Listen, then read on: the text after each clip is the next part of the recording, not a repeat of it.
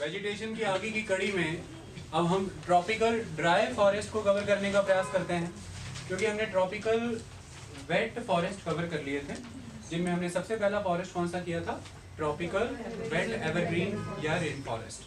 दूसरा हमने कवर किया था ट्रॉपिकल सेमी एवरग्रीन। तीसरा हमने कवर किया था ट्रॉपिकल मॉइस्ट डेसिडियस। और चौथा हमने कवर किया था लिटोरल एंड स्लैम। चारों हमने बेहद खूबसूरती से खत्म किए हैं। तो अब इसी कड़ी में आगे कौन सा फॉरेस्ट आता है, ट्रॉपिकल ड्राई फॉरेस्ट। ओके, तो जब हम ट्रॉपिकल ड्राई फॉरेस्ट की बात करते हैं, पहले हमें लिखना होगा, कैटेगरी लिखनी होगी tropical dry forest.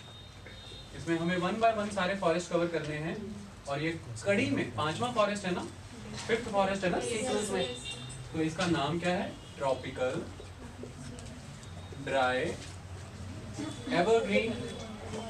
Very good, tropical dry evergreen forest. तो जब हम ट्रॉपिकल ड्राई एवरग्रीन फॉरेस्ट की बात करते हैं, तो कितनी यूनिक बात है, वर्ड ड्राई है लेकिन फॉरेस्ट एवरग्रीन है, तो कुछ यूनिक कंडीशंस क्रिएट होती होंगी तभी ये मिलता होगा। तो अगर हम बात करें भारत की, आज हमने वो भी अचीव किया है, तो अगर हम बात करें भारत की, तो ट्रॉपिकल ड्राई एवरग्रीन फॉरेस्ट हमें कहाँ मिलेगा, जहां पर वर्षा उतनी ना हो जितनी नॉर्मल एवरग्रीन फॉरेस्ट में होती है, मतलब 200 से 250 सेंटीमीटर के अराउंड या उससे अबव। तो ये होता तो भी एवरग्रीन फॉरेस्ट होते, बट यहाँ पर इतनी वर्षा तो हो ही नहीं रही। यहाँ पर वर्षा कितनी रह रही है, सरप्राइजिंग 100 सेंटीमीटर के अराउंड रेनफॉल रह रहा है, लेकिन फिर भी हमें एवरग्रीन फॉरेस्ट मिल रहे हैं। तो वो हम क्या कह सकते हैं, 100 सेंटीमीटर ही रेनफॉल हो, लेकिन रेनफॉल फेयरली डिस्ट्रीब्यूटेड है। तकरीबन सारा साल में majority of the month wet है, चाहे वर्षा कम ही है, तो इसको हम कह सकते हैं रेनफॉल इज फेयरली डिस्ट्रीब्यूटेड। और ये कंडीशन भारत में कहाँ बन रही है, ट्रॉपिकल रीजन में। I am not talking about the sub tropical और द टेम्परेट कंडीशन, वहाँ पे भी ड्राई एवरग्रीन है। I am talking about the tropical region. तो ट्रॉपिकल रीजन में ये कहाँ पर बन रही कंडीशन, ये तमिलनाडु के रीजन में। अगर हम तमिलनाडु की बात करें, तो तमिलनाडु को 2 बरसातों का लाभ मिलता है। सबसे पहली वर्षा जो साउथ वेस्ट मॉनसून्स के दौरान मिलती है। ये बात बिल्कुल ठीक है कि तमिलनाडु लीवर्ड साइड पे है, मतलब अगर वेस्टर्न घाट्स को देखें, तो वेस्टर्न घाट की वेस्टर्न स्लोप्स पे वर्षा करने के बाद इसी वेस्टर्न घाट की ईस्टर्न स्लोप्स पे जब बादल नीचे की तरफ उतरती हैं, तो वो वार्म होती हैं, ड्राई हो जाते हैं, तो वर्षा उतनी नहीं हो पाती। लेकिन कुछ पासेस हैं यहाँ पर, फिर उसके बाद नीचे उतरने वाली हवाएं आगे जा कर के कावेरी और बाकी जल स्रोतों से पानी लेकर के फिर से वर्षा कराने का दम तो रखती हैं। तो पूरे साल की अगर जो बारिश तमिलनाडु में होती है, उसका 40% साउथ वेस्ट से आ जाता है, और रेस्ट जब जून, जुलाई, अगस्त, सितंबर में मानसून साउथ वेस्ट चल रहे हैं, उसके बाद अगर हम वापस करें तो रिट्रीटिंग मानसून, जिन्हें हम कहते हैं नॉर्थ ईस्ट मानसून, तो नॉर्थ ईस्ट मानसून और रिट्रीट मानसून, ये आपको वर्षा देने का काम कर देता है सितंबर मिड ऑनवर्ड्स, अक्टूबर, नवंबर, दिसंबर, जनवरी देता रहता है। ठीक है, तो आप देख पाएंगे मुश्किल से सिर्फ 2 से 3 महीने ही प्रॉपर ड्राई गए हैं, बाकी मेजॉरिटी ऑफ द ईयर में इनको रेनफॉल मिलते रहा है। ये एक बड़ी बात है ना, इसकी वजह से रेनफॉल चाहे 100 सेंटीमीटर के अराउंड ही है, लेकिन रेनफॉल फेयरली डिस्ट्रीब्यूटेड है, सारा साल मिल रहा है, ये इंपॉर्टेंट है। ओके, और इस नॉर्थ ईस्ट मानसून से इन्हें 60% रेनफॉल मिलता है, तो कुल मिलाकर के 100 सेंटीमीटर रेनफॉल यहाँ पे बनता है। ओके, तो इसकी वजह से पेड़ पौधे कैसे होंगे, आपको एवरग्रीन फॉरेस्ट जैसे फॉरेस्ट यहाँ पर नहीं मिलेंगे, लेकिन मतलब 60 मीटर हाइट के फॉरेस्ट नहीं मिलेंगे, क्योंकि उतना रेनफॉल नहीं है। क्लियर।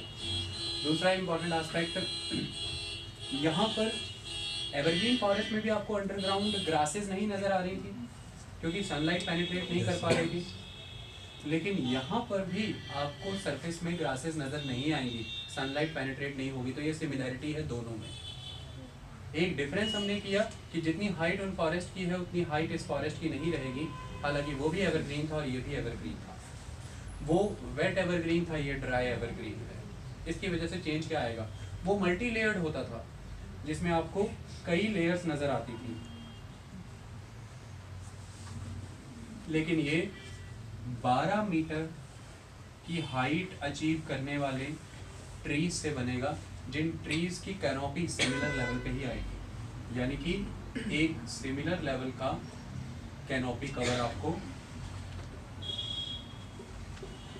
मिलता है। आई बात समझ में? इसकी वजह से भी सनलाइट सरफेस तक रीच नहीं कर पाएगी, और सनलाइट जब सरफेस पे नहीं आ पाएगी तो ग्रासेस क्या हो जाएंगी, एब्सेंट। तो बैम्बू क्या हो जाएंगे, बैम्बू क्या हो जाएंगे, एब्सेंट। तो बैम्बू उस लेवल पे नहीं होंगे। ओके, तो ग्रासेस भी नहीं है, बैम्बू भी नहीं है। हाइट कितनी हुई, सिर्फ 12 मीटर के अराउंड, क्योंकि रेनफॉल का लेवल सिर्फ 100 सेंटीमीटर। ओके, पत्तियों के कैरेक्टर में भी चेंज आएगा। ये उस तरह से ट्रॉपिकल एवरग्रीन फॉरेस्ट की तरह ब्रॉड नहीं रहेंगी और बारीक थिन नहीं होंगी। उनके थिन रहने का रीज़न ये था कि वर्षा पड़ने के बाद भी वह चटक ना जाए, और ब्रॉड रहने का कारण उनका ये था कि बड़े पैमाने पर वाटर रूट्स को मिल रहा है, तो जितना ब्रॉड होंगी उतना एक्सपोजर होगा सनलाइट के साथ, तो फूड मेकिंग उतनी रहेगी, तो वो अधिक से ज़्यादा प्राप्त होने वाला पानी उन्हें सड़ा ना दे, कि पानी सड़ा भी देगा ना पौधे को, उसकी उपयोगिता भी तो होनी चाहिए, उसकी यूटिलिटी भी तो होनी चाहिए। उससे कैरेक्टर इसका चेंज हो जाएगा, क्योंकि इसे सनलाइट तो अबंडेंट मिल रही है, सनशाइन तो अबंडेंट मिल रहा है, पर पानी उतना नहीं मिल रहा, तो पत्तियां अपने आप को फिर उस मुताबिक ढाल लेंगी। तो यहाँ पर आपको कोरिएशियस लीव टाइप मिल जाएंगे। तो यहाँ पर कौन से प्लांट टाइप मिल जाते हैं, कोरिएशियस। और कोरिएशियस लीव्स मैंने बताई थी आपको, शॉर्ट बोल्डेड, छोटी रहेंगी, थोड़ी सी फ्रंट से घुमावदार रहेंगी, और उनकी जो आउटलुक आएगी, देखने में जो टेक्सचर फील होगा वो लेदरी रहेगा। कोरिएशियस लीव लेदर टच होता है। क्यों रहेगा लेदर टच, इवेपोरेशन को रिड्यूस करने के लिए, कि ट्रांसपीरेशन इतना ना, ट्रांसपीरेशन को रिड्यूस करने के लिए टच कैसा रहेगा, लेदर। सन के साथ एक्सपोजर ज्यादा ना हो उसके लिए सरफेस एरिया रिड्यूस किया जाएगा और टर्न्ड हो जाएंगी फ्रंट से। ओके, और तीसरी इंपॉर्टेंट बात है, कोरिएशियस लीव्स रहती हैं, इनकी वो जो सेंट्रल लाइन होती है, रिब, जो रीढ़ की हड्डी कह सकते हैं जिसको, वो काफ़ी उभरी हुई रहती है, बहुत बोल्ड रहती है। आई बात समझ में? जिसके इसको किस तरह की शेप मिल जाती है, इस तरह की शेप आ जाती है इन पत्तों की। आई बात समझ में? ये सारी क्वालिटीज़ यहाँ की पत्तियों में रहेगी। कलर इनका क्या रहता है, कलर इनका लेदर कंसेप्ट में थोड़ा सा डार्क आएगा। ओके, इसकी वजह से यहाँ पर हमें कौन कौन सी स्पीसीज देखने को मिलती हैं, तो यहाँ पर हमें देखने को मिल जाती है टैमारिंड, क्लियर। यहाँ पर हमने को देखने को मिल जाता है रीठा, क्लियर। यहाँ पर हमें देखने को मिल जाता है यहाँ पे नहीं होता, टैमारिंड होता है, रीठा होता है, कैजुरीना, कैजुरीना ट्री यहाँ पर होता है। उसके बाद यहाँ पे हमें देखने को मिलता है नीम भी मिल जाता है। उसके बाद सबसे इम्पोर्टेंट यहाँ पे और कौन सा मिल सकता है, टैमारिंड हो गया, रीठा हो गया, कैजुरीना हो गया, नीम भी हो गया। ये सारे मेन ट्रीज है जो यहाँ पर आपको देखने को मिलते हैं, क्लियर। कहीं कहीं पर इसी तरह के क्लाइमेट में मलबेरी के पेड़ भी देखने को मिल जाते हैं, ध्यान रखिएगा। ओके, अब कुल मिला के हमें यहाँ से साबित क्या हुआ, हमें साबित ये हुआ कि इन पर्टिकुलर ट्रीज का जो कैनोपी रहेगा बहुत ही वाइड रहेगा,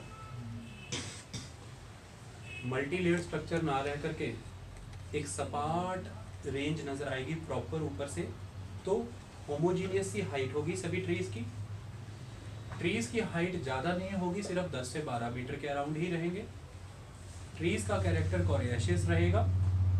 ये सारी चीजें आपको यहाँ पे नजर आई, प्रॉपर कैनोपी फॉर्मेशन। और यहाँ पे आते आते क्या हुआ, स्पीसीज घटने लगी हैं, स्पीसीज घटने लगी हैं। और जैसे जैसे अब हम ड्राई वेदर की तरफ जाएंगे स्पीसीज घट जाएंगे और ग्रेगेरियसनेस बढ़ने लग जाएगी। ग्रेगेरियस, झुंड में रहना शुरू कर देंगे। ओके, ग्रुपिंग बढ़ जाएगी, ग्रासेस नहीं मिलेंगी उस लेवल पर, undergrowth in the form of bamboos और ग्रास नहीं होगी, क्योंकि सनलाइट का पेनिट्रेशन अभी भी डीपली नहीं जा पा रहा। क्लियर? बड़े पैमाने पर इस फॉरेस्ट को डिवास्टेट कर दिया गया और इन ट्रीज को काट करके यहाँ पर कैजुरिना कल्टीवेशन की जा रही है, कैजुरिना प्लांटेशन की जा रही है, कैजुरिना के ट्री लगाए जा रहे हैं। काफ़ी यूटिलिटी है उनकी इकोनॉमिक सेंस में। तो इस तरह से यह ट्रॉपिकल ड्राई एवरग्रीन फॉरेस्ट एक दंश भोग रहे हैं कैजुरिना प्लांटेशन का। जब हम क्लाइमेट, बायोडाइवर्सिटी एंड इकोसिस्टम की स्टडी करेंगे उसमें मैं कैजुरिना के नेगेटिव इम्पैक्ट्स के बारे में सारा पढ़ाऊंगा कि कैसे यह कल्टीवेशन और ये प्लांटेशन साउथ में एक शराब बनकर आगे बढ़ रही है। ओके, तो आपको इसलिए कैजुरिना का ट्री यहाँ पर याद रखना है। ये इस क्लाइमेट से बिलोंग करता है, तमिलनाडु, आंध्र कोस्टल रीजन से, और ये बहुत इम्पोर्टेंट है। आगे बढ़े, कोई दिक्कत की बात तो नहीं? देखिए तमिलनाडु का ये रीजन जहाँ पर आपको ट्रॉपिकल ड्राई एवरग्रीन फॉरेस्ट नज़र आ रहा है। ओके, मैं जो नेक्स्ट फॉरेस्ट कराने वाला हूँ आप उसे भी अभी यहीं पे देख लीजिए, ट्रॉपिकल ड्राई डेसिडियस फॉरेस्ट। अगर आप ट्रॉपिकल ड्राई डेसिडियस फॉरेस्ट की बात करें तो ये सारा region tropical dry deciduous forest में कवर हो रहा है। ध्यान से देखिए, कवर हो रहा है ना?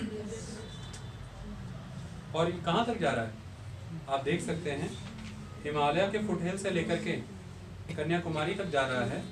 सिर्फ रास्ते में कहीं कहीं पर वेस्टर्न घाट के जो रीजन है, जैसे महाराष्ट्र का, कर्नाटका का, तमिलनाडु का, ये रीजन आकर के इसे ब्लॉक कर रहे हैं। अदरवाइज ये पूरी तरह से कंटिन्यूअस ही जा रहा है। ठीक है, यहाँ पे थोड़ा सा इसे गुजरात के रीजन ने ब्लॉक किया। तो हमें यहाँ से समझ क्या आ रहा है, ये कहाँ पर होगा? ये देखिए वेस्टर्न घाट्स हैं, ये वेस्टर्न घाट है, और ये वेस्टर्न घाट का वो रीजन है पर्टिकुलरली जहाँ पर रेनफॉल 100 से 150 सेंटीमीटर होगा। यानी कि तमिलनाडु तक जाते जाते रास्ते में यहाँ पर वर्षा ज़्यादा होगी, वहाँ तक जाते जाते तो फिर सूख जाएंगे। उसके बाद ये सारा रीजन आपने देखा यहाँ से कैसे नर्मदा, तापी और बाकी ट्रफ से विंड एंटर हो गई थी। आपने देखा यहाँ से बंगाल के रीजन से बरसातें आ रही थी। तो नेचुरल सी बात है कि हिमालय के फुटहिल से टकरा के वहाँ पे रेन तो ज़्यादा होगा। तो वहाँ पे हमने देख लिए थे कौन से फॉरेस्ट थे, मॉइस्ट डेसिडियस, जो 150 से 200 सेंटीमीटर के बीच सर्वाइव करते हैं। पत्ते तो वो भी गिराते हैं, पत्ते ये भी गिराते हैं, लेकिन हिमालय से टकरा के जो ब्रांचेस अब नीचे को डाइवर्ट होंगी, यहाँ पे वो बरसातें कराएंगी। तो वो नेचुरली ईस्ट से वेस्ट आते आते यहाँ तक तो वर्षा कम ही होती चली जाएगी, और जो अरेबियन सी ब्रांचेस आ रही हैं वो भी यहाँ पे वर्षा कम कराएंगी। ठीक है, तो कुल मिला के लॉजिकली क्लियर हो रहा है। फिर बे ऑफ बंगाल ब्रांचेस यहाँ पर इस पर्टिकुलर रीजन में तो मॉइस्ट डेसिडियस हो गया, क्योंकि माउंटेन्स हैं और उनकी ईस्टर्न साइड्स हो जाएगी, लेकिन उनकी वेस्टर्न साइड में यहाँ पर फिर से ड्राई डेसिडियस। क्लियर? और फिर यही कंडीशन यहाँ पर भी बन रही है। यहाँ पे आंध्र प्रदेश के वो सारे जितने भी डेजर्ट हमने पढ़े, जितने भी माउंटेन्स हमने पढ़े थे, उनकी ईस्टर्न साइड पे वर्षा ज़्यादा हो गई, वेस्टर्न साइड पे ये फॉल कर रहा है रीजन, और वेस्टर्न घाट की भी ईस्टर्न साइड पे फॉल कर रहा है ये रीजन। तो कुल मिलाकर के ये वो रीजन है मोस्टली जो ईस्टर्न और वेस्टर्न घाट के बीच में आ जाता है। शायद ये वो रीजन है जो हिमालय के फुटहिल से नीचे आ जाता है, और ये वो रीजन है जो नर्मदा तापी ट्रफ में आगे जा कर के मैच हो रहा है। तो कुल मिला के ये वो एरिया है जहाँ पर भारत के सबसे अधिक वन मिलते हैं। आंख बंद करके आंसर करना अगर दो ऑप्शन आते हैं, एक तो जनरलाइज ऑप्शन बोल दिया जाएगा कि डेसिडियस भारत में सबसे अधिक फॉरेस्ट कौन से हैं, तो अगर सिर्फ ऑप्शन डेसिडियस के अकॉर्डिंग होगा ट्रॉपिकल डेसिडियस फॉरेस्ट, तो आंसर ट्रॉपिकल डेसिडियस फॉरेस्ट होगा। और अगर डिफरेंशिएशन में डाल दिया गया है कि ट्रॉपिकल मॉइस्ट डेसिडियस भी है ऑप्शन में और ट्रॉपिकल ड्राई डेसिडियस भी है, आंसर चेप देना ट्रॉपिकल ड्राई डेसिडियस। ओके, ठीक है? कभी जिंदगी में नर्वस नहीं होना मॉइस्ट डेसिडियस, ड्राई डेसिडियस, क्योंकि भारत में एवरेज रेनफॉल क्या है 125 सेंटीमीटर, और इस फॉरेस्ट को उगने के लिए कितना चाहिए रेनफॉल 100 से 150 सेंटीमीटर, तो एवरेज 125 ही निकला, और यही तो हमारे देश का रेनफॉल पैटर्न भी है, एवरेज रेनफॉल। तो फिर यही मेजोरिटी ऑफ द कंट्री में जो रेनफॉल हो रहा है, मेजोरिटी ऑफ द कंट्री में फॉरेस्ट भी वही होगा। तो फिर कंट्री में सबसे ज्यादा डिवास्टेटेड फॉरेस्ट भी कौन सा हुआ, ड्राई डेसिडियस, क्योंकि ये वही कोर एरिया है जहाँ पर कंट्री की सबसे ज्यादा पॉपुलेशन बस रही है। तो फिर आपसे कोई पूछ ले कि कौन सा वो फॉरेस्ट है जिसमें कंट्री की मैक्सिमम पॉपुलेशन रिजाइड करती है, तो highly populace states UP, Bihar, ये बंगाल, ये सारा गुजरात, राजस्थान, मध्य प्रदेश, तो ट्रॉपिकल ड्राई डेसिडियस, क्योंकि 100 से 150 सेंटीमीटर के अराउंड रेनफॉल होता है, सॉइल एलुवियल है रिवर्स के थ्रू, एग्रीकल्चरल सोसाइटीज एग्जिस्ट करती हैं, जंगल की धज्जियां उड़ा दी हैं, और वहाँ पर बड़े पैमाने पर खेती हो रही। क्योंकि मैंने जब फॉरेस्ट कराया तो उसमें नेचर ऑफ द सॉइल का रीजन बताया था कि अगर सॉइल फर्टाइल है तो फिर वो फॉरेस्ट को नहीं, फिर वो एग्रीकल्चर को डिवोट करने का प्रयास किया जाएगा। आई बात समझ में? और यहीं पर आती है बहुत जबरदस्त वाइल्ड लाइफ सेंचुरीज, पढ़ेंगे हम वाइल्ड लाइफ वाले सेक्शन में, बहुत सारी इंपॉर्टेंट चीजें इसमें आती हैं। ओके, और जानवर भी ऐसे ही बदल जाएंगे फिर, लायन, टाइगर, क्योंकि जैसे जैसे वर्षा कम हो रही है वैसे वैसे ग्रासेस उगनी शुरू हो जाएंगी, और जैसे जैसे ग्रासेस बढ़ेंगी तो घास को खाने वाले जानवर बढ़ेंगे, हर्बीवोरस, और जैसे जैसे वो बढ़ेंगे तो उनको खाने वाले कार्निवोरस भी बढ़ेंगे, क्योंकि घास को खाने वाले जानवर उछलते बहुत है, दौड़ते बहुत है, तो उन्हें पकड़ने के लिए जानवर भी तेज चाहिए, शेर चाहिए, चीता चाहिए और बाघ चाहिए, जो भी चाहिए ले लेना, ठीक है, वो यहीं मिलेंगे। आगे बढ़े, मूवीज भी देखी होंगी आपने, मध्य प्रदेश, कई तरह की मध्य प्रदेश की कुछ ऑर्बिट नेशनल पार्क, ये सब आपने देखी होंगी, काल मूवी एक आई थी, ये सब दिखाया गया था, ठीक है। आगे बढ़े, तो अब इसके बारे में समझा तो दें, आगे किधर बढ़ जाए, नाम भी नहीं लिखा, कह रहे आगे बढ़े। ट्रॉपिकल ड्राई डेसिडस फॉरेस्ट, लक्षण क्या है इसके, मॉइस्ट डेसिडियस की तरह। ये कोई कहेगा फर्क बता दो, फिर तो फर्क बता देंगे। फर्क क्या आ जाता है, ये वो 150 से 200 सेंटीमीटर की वर्षा में रहता है, ये 100 से 150 सेंटीमीटर की वर्षा में भी रह लेगा। वर्षा और अधिक, वो और कम हो गई, ठीक है, मैं कहने वाला था वर्षा और अधिक कम हो गई, आप कंफ्यूज हो जाते, इससे मैंने सिंपल कर दिया, ठीक है।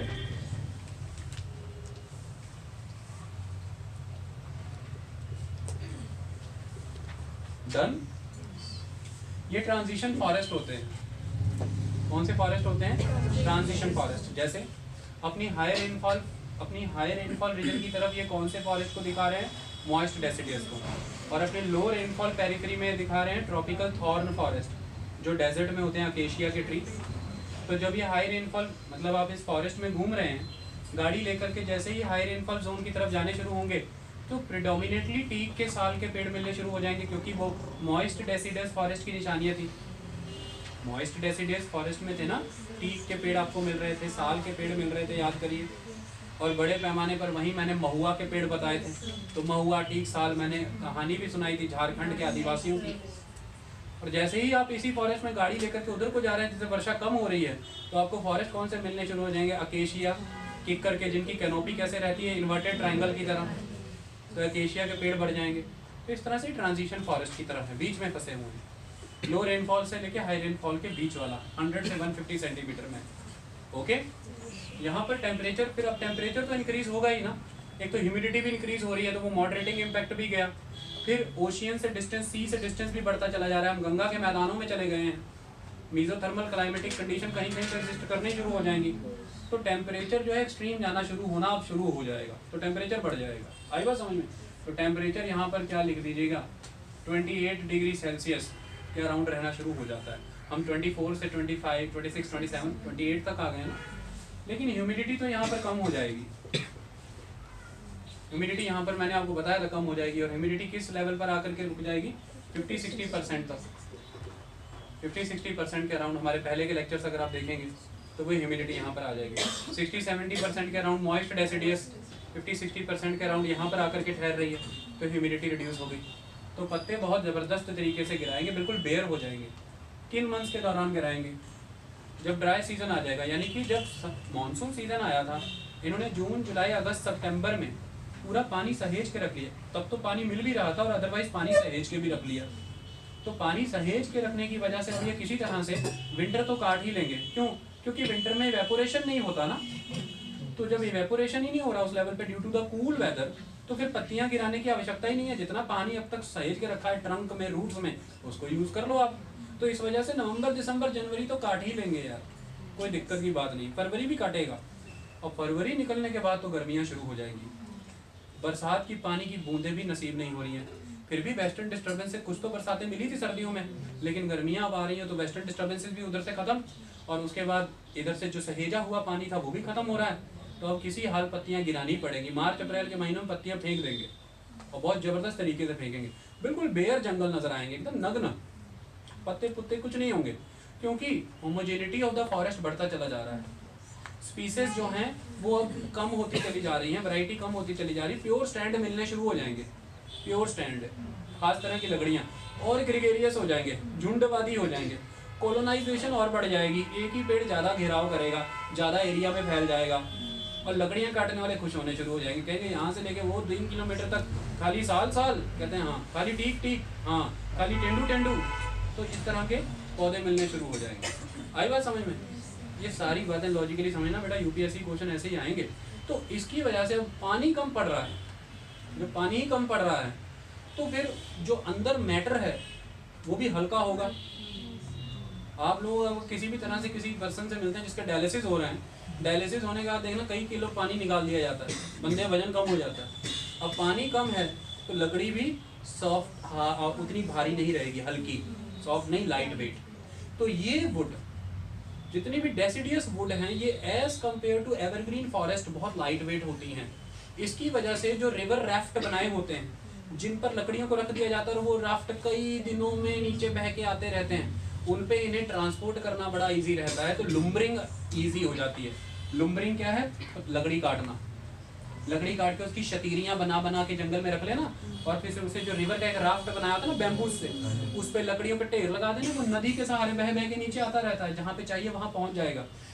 क्योंकि ट्रॉपिकल एवरग्रीन फॉरेस्ट में एक कारण यह भी है कि वो कमर्शियली एक्सप्लॉइटेबल इसलिए नहीं है क्योंकि वुड इतनी हैवी है कि राफ्ट के माध्यम से उसे पानी के जरिए भेजा भी नहीं जा सकता नीचे।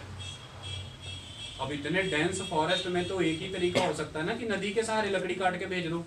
हाईवे तो बनाने से रहे, सड़कें तो बनाने से रहे आप, लेकिन वो इतनी हैवी है कि राफ्ट आगे ही नहीं जाता, सिंक होने शुरू हो जाते हैं। लेकिन ये उसके कंपैरेटिवली हल्की है, प्योर स्टैंड आने शुरू हो गए हैं, ज़्यादा ग्रेगेरियस है, पत्तियों को पता है कि सूखा मौसम आएगा, पत्ते गिराने हैं, इसकी वजह से कैनोपी प्रॉपर बनेगी डोम शेप, तो ज़्यादा गर्थ आ जाएगा, ब्रांचेस आ जाएंगी तो गर्थ भी प्रॉपर आ जाएगा, है ना। इसकी वजह से ये जो है अच्छे पैमाने पर मोटी लकड़ी भी देते हैं। पानी सहेज के रखना है, इसकी वजह से ट्रंक भी ब्रॉड होगा। एवरग्रीन फॉरेस्ट के ट्रंक को ब्रॉड होने की नीड नहीं थी, वो हाइट खींच रहा है, वो कह रहा है मैं लंबा जाऊंगा, लेकिन इसका ट्रंक क्या होगा? ब्रॉड होगा। क्यों? इसको पता है पानी सहेज के रखना। ये लंबा उतना नहीं जा पाएगा जितना एवरग्रीन जा रहा है। इसकी लंबाई कितनी रहेगी? 20 से 30 मीटर। अब 20 मीटर ही मान के चलिए, तो 20 से 30 मीटर की हाइट के बीच में रुका हुआ है, डन। चौड़ा रहेगा, ट्रंक चौड़ा रहेगा, तो इसलिए लकड़ी काटने वाले को मजा भी आएगा, प्रॉपर ब्लॉक्स निकलेंगे इसमें से। हल्का रहेगा तो ट्रांसपोर्टेशन के लिए इजी, लुम्बरिंग। स्पीसीज वैरायटी कम हो गई ट्री की तो झुंड में मिलेगा, ग्रेगेरियसनेस भी ज़्यादा है।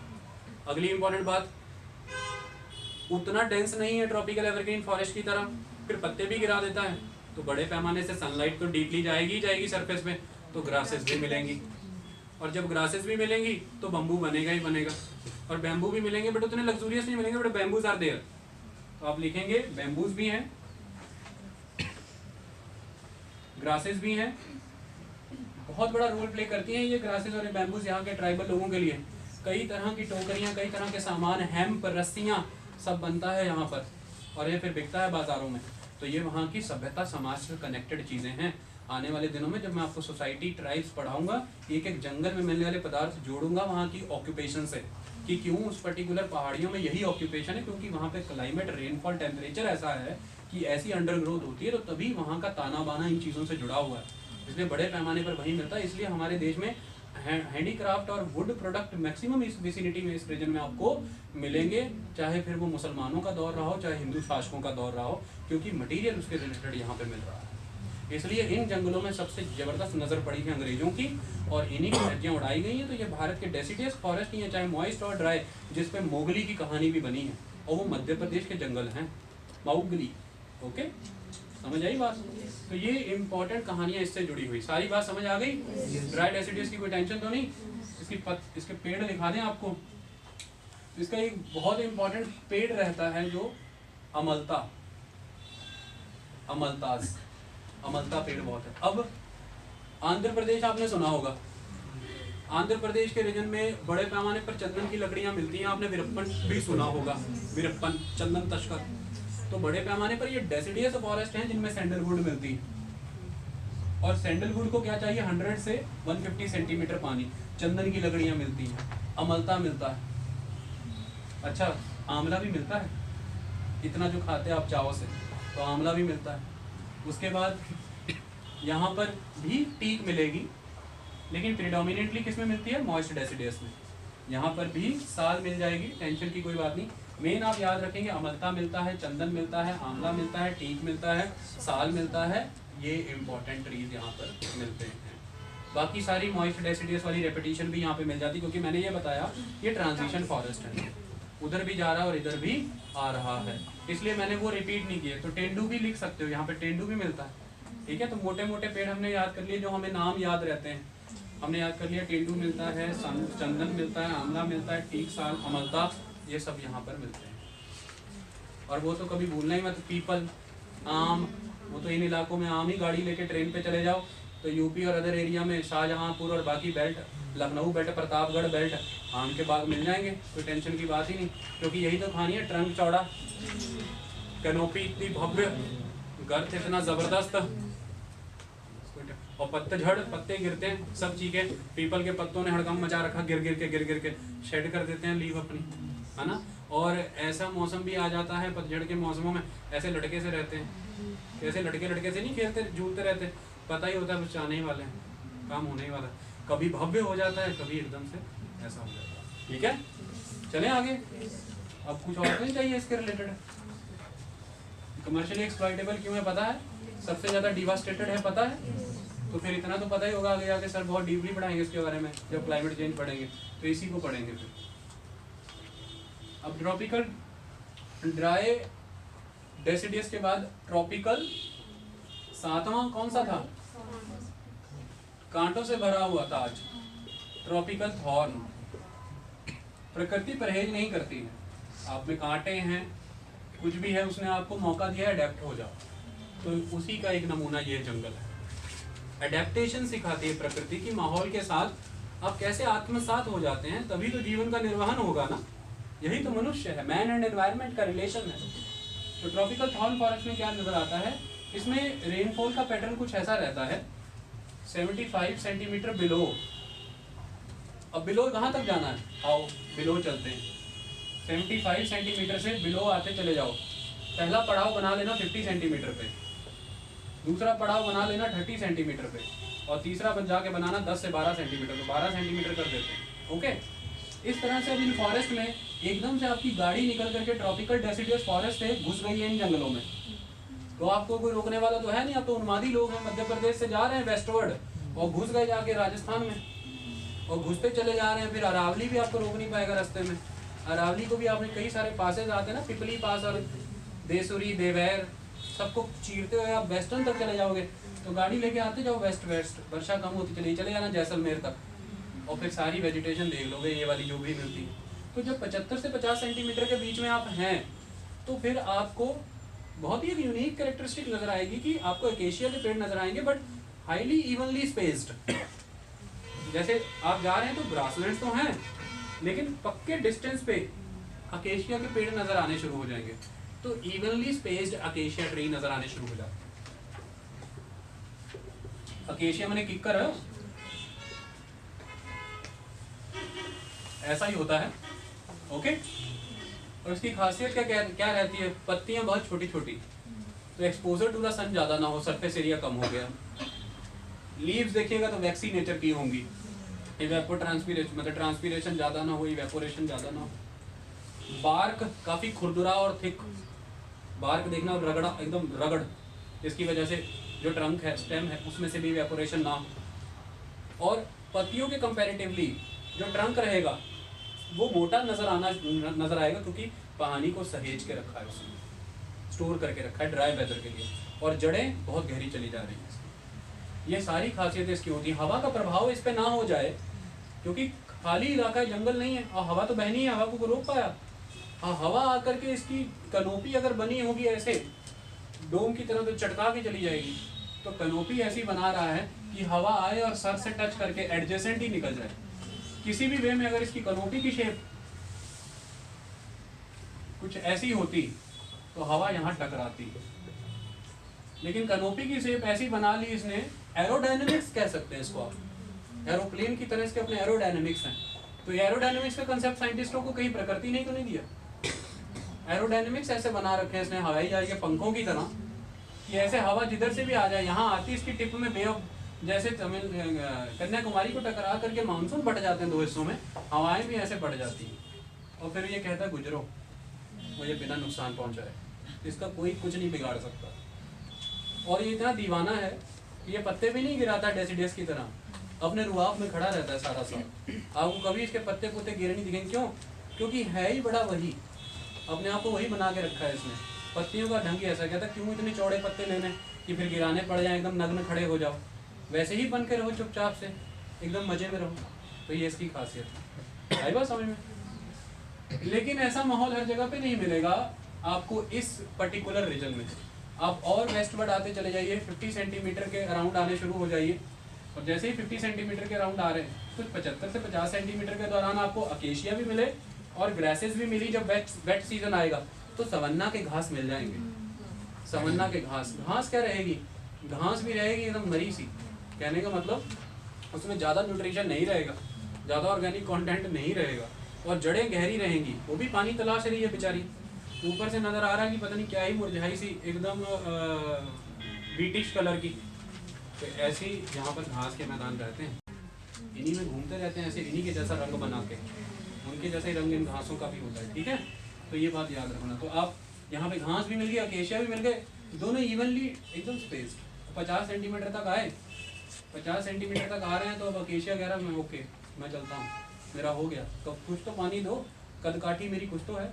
तो 50 से लेकर के 30 सेंटीमीटर के अराउंड आपको यूफॉर्बिया मिलने शुरू हो जाएंगे, डंडे ढोरे, कुछ खास तरह के पहाड़, थोड़ी थोड़ी हाइट वाले रीजन में ऐसे ऐसे पेड़ रहता है, उसकी ऐसी ऐसी ब्रांचेस, कैक्टस जैसी लुक आती, पर होता बड़ा है। आई बात समझ में? तो यहाँ पर मोस्टली ट्रीज की हाइट 6 से 10 मीटर रहती है। आप देख लेना किक्कर कुक्कर और बाकी चीज़ों की हाइट। जैसे जैसे 50 से 30 मीटर के अराउंड आए तो आपको यूफॉर्बिया मिला। ये सारे नाम याद हैं, यूफॉर्बिया बहुत प्रेडोमिनेंट स्पीसीज होती है यहाँ पे। आई बात समझ में? और इस पूरे रीजन में 75 से 30 के बीच में, 75 से 50 तक ज़्यादा, और 50 से 30 के बीच में थोड़े थोड़े कम होने लग जाएंगे। 2 पेड़ तो मिलने ही मिलने हैं। एक बबूल, कहावत सुनी होगी, अब बोया पेड़ बबूल का तो आम कहाँ से हुए। बबूल में कांटे होते हैं, बबूल चुभ गया कहते हैं। और बबूल इतना बढ़िया होता है दांतों के लिए कि जितने आयुर्वेदिक टूथपेस्ट होते हैं उसमें बबूल, तो बबूल बबूल पैसे वसूल, सुना होगा बचपन में ये ऐड। तो बबूल का पेड़ होगा। फिर बेर के पेड़, तो बेर तो आपने सबने खाए होंगे, बेर के बिना कोई जिंदा नहीं रह पाया होगा कभी भी। बेर में भी कांटे होते हैं। तो बेर है, बबूल है, अकेशिया था, किक्कर थी, यूफॉर्बिया है। और ऐसा कोई प्राणी नहीं होगा जो रेगिस्तान में गया, डेजर्ट में गया है, उसने अक ना देखा हो। अक जिसमें से दूध निकलता है, और दूध नहीं है, उसने अपने आप को बचाने के लिए वो बना के रखा है माहौल पूरा। आई बात समझ में? उसका द्रव्य है। हरमीत खुश हो गई।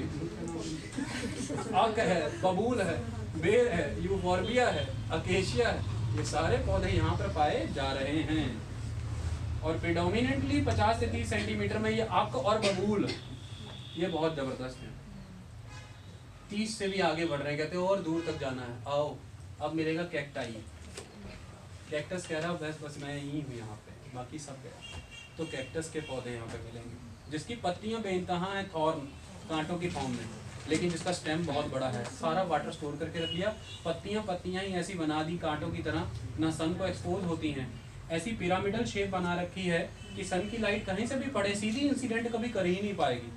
और ऊपर से मुंह भी ऐसा बना रखा है कांटेदार, वो भी घुमावदार, कि सन को एक्सपोजर ही ना प्रॉपर हो। आउटर शेल सारा डेड, एकदम हार्ड सरफेस की तरह, अंदर हरा हरा, अंदर पानी सहेज के रखा है। और सारी की सारी फोटोसिंथेसिस मेनली कौन कर रहा है? स्टेम खुद ही कर रहा है। कहता कोई दिक्कत की बात नहीं। सरफेस इतना मोटा थिक, पत्ते कैक्टस के इतने मोटे थिक वैक्सी कि पानी एक बार जो अंदर घुसा है जिंदगी में कभी बाहर नहीं निकलेगा तो वरना जिंदा कैसे रहेगा? फोटोसिंथेसिस होगा। ये कहावतें होती हैं, इन्हें रियलिज्म में मत ले जाना। जिंदगी में मतलब कि उस सीजन में नहीं निकलेगा। खाना पीना बनाने के लिए पानी तो छोड़ेगा ही ना, वरना जिंदा कैसे रहेगा? प्रकृति खींच लेगी इसको। ओके, ये सारे नेचर पता लग गए। ये सारे ट्रीज कौन से थे? ज़ेरोफाइटस। ये सारे क्या थे? ज़ेरोफाइटस। और जैसे ही 12 सेंटीमीटर के राउंड आ रहे हैं तो मिलेंगे सांप, मिलेंगे रैट, मिलेंगे रैबिट्स, मिलेंगी वाइल्ड एस, जंगली गधे मिलेंगे, मिलेंगी फॉक्स, लोमड़ियाँ रेगिस्तानों में दौड़ती हुई नजर आएंगी इधर उधर। तो कुल मिलाकर क्यों यही सब खाती हैं। और फिर मिलेंगी तो यही, तो फिर जानवर ही मिलेंगे बेटा। सांप नेवले देख के जिंदगी काटनी पड़ेगी, क्योंकि ये बरो एनिमल है। इतना तापमान बढ़ जा रहा है, वर्षा का कोई नामो निशान ही नहीं। खड्डा खोद के बिल में घुस के जिंदगी ना बचाएं तो क्या करें? मॉडरेट सा टेम्परेचर तो चाहिए, तो एकदम से अपने आप को अंदर घुस के पता नहीं क्या कर लेते हैं, एकदम हाइबरनेशन टाइप हो जाते हैं, डोरमेंट से हो जाते हैं, यौगिक। इन्हीं से शायद ऋषि मुनियों को यह प्रेरणा मिली कि जब जीने लायक माहौल नहीं है तो चुप होकर के हाइबरनेट हो जाओ। आई बात समझ में? बट ये हाइबरनेटेड एनिमल है नहीं, मैंने समझाया। वो जो होंगे कीड़े मकोड़े वो सब समझा देंगे। कीड़ियाँ एक ही मौसम में आती हैं ना, बाकी मौसम में तो नहीं। तो बहुत से एनिमल हाइबरनेशन में जाते हैं, तो समय आने पर पढ़ाएंगे। मुद्दे की बात यह है कि बिल खोदने वाले जानवर मिलेंगे। और अगर जलंधर रेलवे स्टेशन में भी चूहे मिल जाए तो आके मत ये कहना कि सर यहाँ पे भी थे। जानवर शैतान है ना। अब आपके रहने लायक माहौल पंजाब में, लेकिन आपने कोई छोड़ा थोड़ी ना, अंटार्कटिका में भी जाके बैठाया हुआ है, सिस्टम सेट किया है ना। आर्कटिक भी नहीं छोड़े आपने, कनाडा भी घूम घूम के आते हैं। तो वैसे चूहे भी रह रहे हैं, लेकिन इनका फेवरेट प्लेस वो रहेगा और वहाँ पे कुछ वहीं के चूहे होंगे खास तरह। ओके, ये पूरा खत्म करें। हमने सारे पौधे जान लिए और यहाँ पर मेजॉरिटी मिलेगी नीम। ठीक है, नीम, नीम, नीम किक्कर, एक साथ ये वर्ड सुना हुआ, नीम किक्कर। नीम है, यूफोर्बिया है, अक है, बेर है, बबूल है और रेउंझा है। रेउंझा, रेउंझा, रेउंझा, रिंझा या रेउंझा, याद रखो। ठीक है, चलिए खुशी की बात यह है कि ट्रॉपिकल फॉरेस्ट हो गए। ट्रॉपिकल फॉरेस्ट हमने कर लिए। अच्छा, एक चीज तो भूल ही गए बतानी, अब सूखा प्रदेश है तो पाम ट्री भी होंगे। तो यहाँ पे वाइल्ड डेट पाम भी होते हैं, जंगली खजूर के पेड़। ठीक है, मैंने डेटस कहता हूँ, वाइल्ड डेटस पाम। ओके, मतलब कौन से पाम कहेंगे तो कभी सुने नहीं, शुगर पाम। चले जाना ड्राई रीजन्स में कभी भी, वहाँ पे अजीब अजीब तरह से पाम के पेड़ पे कट लगे होंगे, वो मटका बंधा होगा, ताड़ी निकल रही होती, ताड़, इसको पीते हैं, फिर बड़ी उन्मादी होती है, मध्यम मध्यम नशा होता है, अल्कोहल की तरह इस्तेमाल होती है। तो शुगर पाम क्यों? जितने भी खेती बाड़ी और आदिवासी समाज के लोग हैं जो काम करते हैं, उनके लिए बहुत बड़ा ऊर्जा का स्रोत है, शक्ति मिलती, ताकत मिलती, शुगर पाम है ये। तो wild date palm, sugar palm, desert palm, ये यहाँ पे होते हैं। तो कैसे छोड़ सकते हैं कि हम आपको इलाका ना बताएं? इलाका तो वही होगा जहाँ पे वर्षा 75 सेंटीमीटर। तो कौन सा इलाका? कभी गलती मत करना, south west of the Punjab, south west of the Haryana, north of the Gujarat and east and west of the Rajasthan, Aravalli के ईस्ट एंड अरावली के वेस्ट, क्योंकि 75 से 12 तक जा रहे हैं ना, तो बस ये सारा रीजन होगा। आओ दिखा भी दे, ट्रॉपिकल थॉर्न, वही रीजन है सारा। देखिए सारा रीजन ट्रॉपिकल थॉर्न रीजन। ठीक है, जो स्टेट मैंने अभी बताया। ओके, और ह्यूमिडिटी का लेवल क्या रहेगा? ह्यूमिडिटी का लेवल 40 to 50%, जहाँ पे अकेशिया और ग्रासेस प्रॉपर हो रही हैं, और फिर 30% से बिलो, जहाँ पे फिर कैक्टाई और बाकी चीज़ें आनी शुरू हो जाएंगी। टेम्परेचर क्या रहेगा? 100% सूखा प्रदेश है, ह्यूमिडिटी है नहीं, तो मॉडरेशन का इम्पैक्ट रहेगा नहीं। सी इम्पैक्ट से बहुत दूर है, कॉन्टिनेंटलिटी का इम्पैक्ट ज़्यादा स्ट्रॉन्ग आ जा रहा है। फिर ऊपर से हाई प्रेशर जोन बनते हैं अपर एयर एटमॉस्फेयर में, तो किसी हाल 31 से 33 डिग्री सेल्सियस टेम्परेचर हाई हो गया। ठीक है, वैसी वेजिटेशन हो गई। अब जब ये हो ही गया है तो माउंटेन फॉरेस्ट कर लेते हैं। ब्रेक लेने का टाइम नहीं है बेटा,